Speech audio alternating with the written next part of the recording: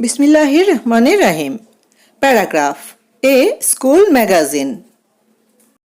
A school magazine is a magazine that contains the writings of the teachers and students of a school. It contains the literary works and various information about a school. To publish a magazine, there is a magazine committee of 9 members. The members are chief patron, advisor, editor, assistant editors, business editor, proofreaders, assistant proofreaders, etc.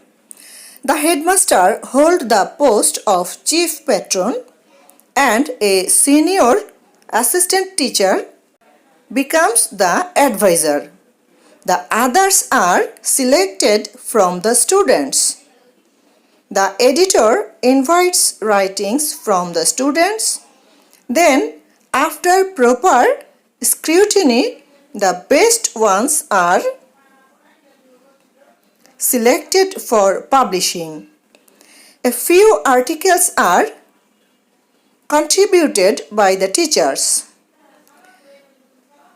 There are messages from the headmaster and the secretary of the school and annual report, etc.